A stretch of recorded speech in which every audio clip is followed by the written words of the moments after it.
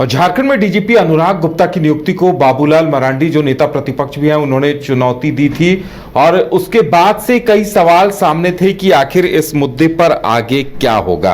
लेकिन अब देखिए बड़ा सवाल सामने ये है कि आखिर अब सुप्रीम कोर्ट ने इस याचिका को सुनने से इनकार कर दिया। हाई कोर्ट में सुनवाई होनी है इस मसले पर और अब हम जानने की कोशिश करेंगे कि इस पर अपडेट क्या कुछ है, क्योंकि सुप्रीम कोर्ट ने याचिका वापस लेने को कह दिया था और साथ ही इस तरह की खबरें आई थी कि हाई कोर्ट सक्षम है इस विवाद को सुनने के लिए, अन्यथा सुप्रीम कोर्ट भी कागजात मंगाकर इस पूरे मामले पर सुनवाई करेगा। और ज्यादा जानकारी के लिए इस वक्त नीरज है हमारे साथ। नीरज, देखिए इस मामले पर खूब जमकर सियासत भी हुई है, जेएमएम ने कई सवाल भी उठाए, बाबूलाल मरांडी पर तंज भी कसे गए। अब इस पर हाईकोर्ट में सुनवाई की बात सामने आ रही है, क्या कुछ फैक्ट है, क्या जानकारी है इसमें?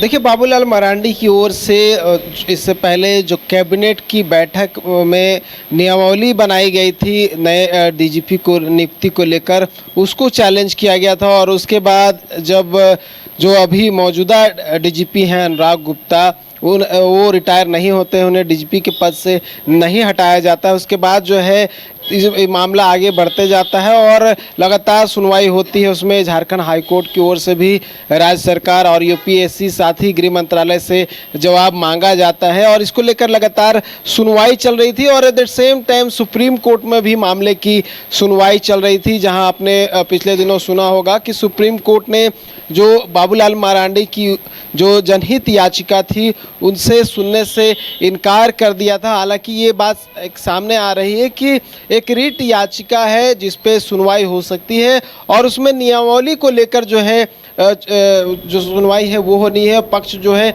वो सुना जाएगा। और अगर बात करें झारखंड हाई कोर्ट की, तो ये कहा जा रहा है कि कल क्योंकि मुख्य न्यायाधीश की खंडपीठ में मामले की सुनवाई होनी है, तो अभी जो जानकारी मुझे मिल रही है, हालांकि ये कंफर्म नहीं अभी कह सकते हैं, कहा जा रहा है कि कल संभवतः मुख्य न्यायाधीश की खंडपीठ जो है नहीं बैठेगी और इस कारण से संभवतः कल सुनवाई नहीं हो पाएगी। ये हालांकि कंफर्म नहीं है, लेकिन ये कहा जा रहा है कि इसके बाद जब भी नेक्स्ट डेट पड़ेगा तो उसमें झारखंड हाई कोर्ट को बताया जाएगा कि मामले की सुनवाई जो है सुप्रीम कोर्ट में चल रही है। तो हो सकता है कि सुप्रीम कोर्ट का निर्णय जो हो उसके बाद ही जो है झारखंड हाई कोर्ट आगे कुछ करेगा। लेकिन देखिए, इसमें ये बात बताया गया है उदय कि डीजीपी की नियुक्ति नियमावली जो बनाया गया है वो नियम विरुद्ध है। साथ ही ये भी कहा गया है कि 60 वर्ष जब डीजीपी अनुराग गुप्ता के पूरे हो गए और उसके बाद 2 वर्ष और बढ़ा दिया गया नए नियमावली के तहत, ये गलत है। तो ये कई तरह के जो चीज़ें हैं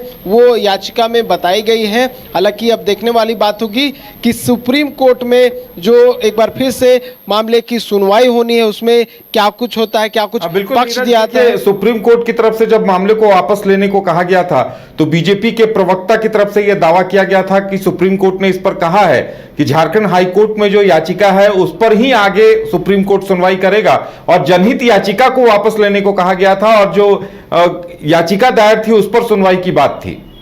बिल्कुल, देखिए वही मैं कह रहा था कि जो जनहित याचिका है उस पर सुनवाई से इनकार कर दिया था, लेकिन जो रिट याचिका है उस पर सुनवाई होना है और नियमावली को लेकर जो है सुनवाई होना है। तो उसमें जो मैंने जिस तरह से बताया कि कैबिनेट से जो नियमावली पारित करके भेजा गया था जिसके तहत डीजीपी अनुराग गुप्ता की नियुक्ति हुई थी, क्योंकि उससे पहले वो प्रभारी डीजीपी थे और उसके बाद जब नियमावली आई और उसके बाद उन्हें परमानेंटली जो है परमानेंट तरीके से डीजीपी नियुक्त किया गया। तो ये सभी चीज़ें हैं जो नियमावली के तहत जो है राज्य सरकार ने लागू किया है। तो हो सकता है नियमावली पे सुनवाई हो, लेकिन देखने वाली बात होगी कि क्या कुछ पक्ष जो है वो राज्य सरकार की ओर से सुप्रीम कोर्ट में रखा जाता है। और उसके अलावा अगर बात करें तो बाबूलाल मरांडी की ओर से उनके अधिवक्ता क्या कुछ रखते हैं। चलिए, तो इंतजार इस बात का है कि आगे अब इस पर क्या होता है। हालांकि इस पर जमकर सियासत भी हुई है और अब जब इस मामले पर सुप्रीम कोर्ट सुनवाई करेगा तो क्या कुछ निर्देश देगा, इस पर सबकी नजरें टिकी होंगी।